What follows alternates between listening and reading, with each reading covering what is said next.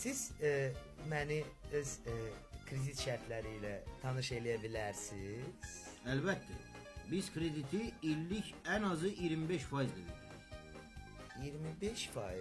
Bəli. Bəs mənim üçün indirim eləyə bilərsiniz. Ay hanım, biz heç kimə indirim eləməsək də sizin üçün güzəşt eləyərik.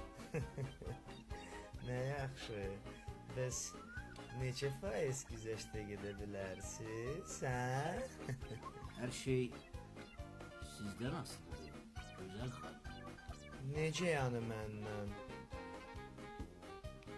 Her öpüşe 1% keçərik. Doğrudan.